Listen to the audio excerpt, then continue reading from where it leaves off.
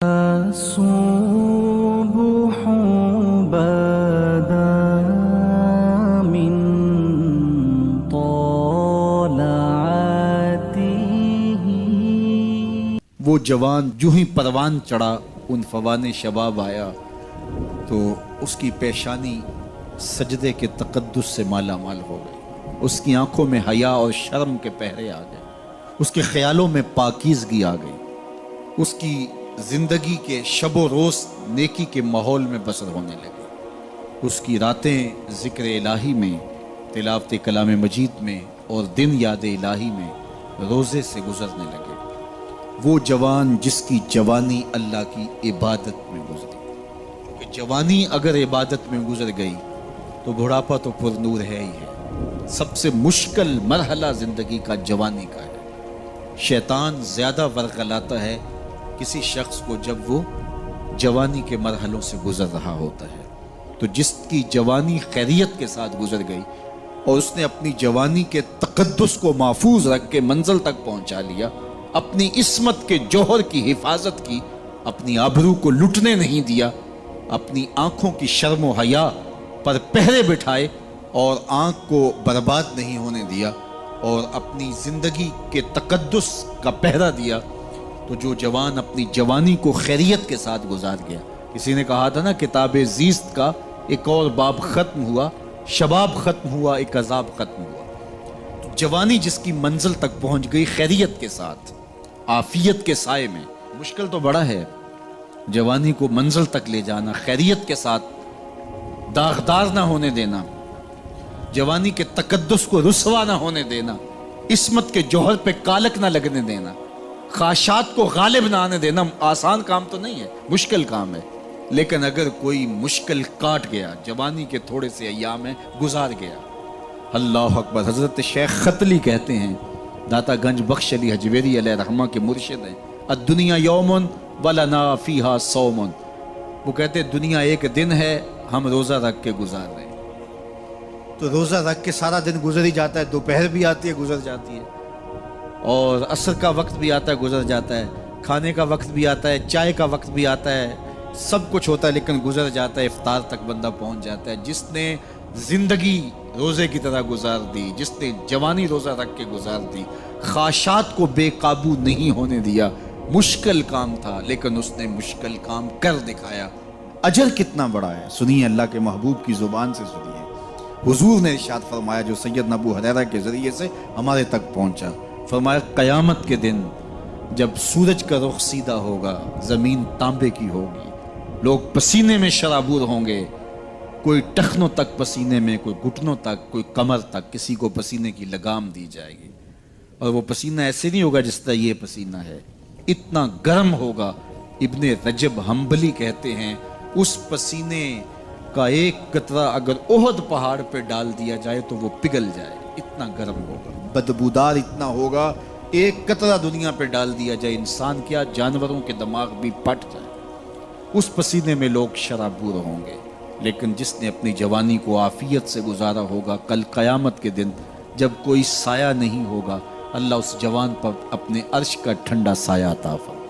وہ شخص جس کو کسی عورت نے دعوت گناہ دی اور وہ صاحب منصب تھی، صاحب جمال تھی، اور اس نے یہ کہہ کے یہ خواہش، یہ آرزو مسترد کر دی، انی خاف اللہ۔ اسی طرح کوئی عورت ہے تو اس نے اپنے تقدس کی حفاظت کی، اپنی آبرو پہ پہرا دیا اور کسی پیشکش کو ٹھکرا دیا، تو فرمایا قیامت کے دن جب کوئی سایہ نہیں ہوگا، اللہ اسے بھی اپنے عرش کا ٹھنڈا سایہ دے گا۔ کیسا سخت دن ہوگا، اور وہ کس اعزاز میں ہوگا، کس تکریم میں ہوگا۔ یہ تو 4 دن 10-20 سال ہیں، اور وہ 50,000 سال کا ایک دن۔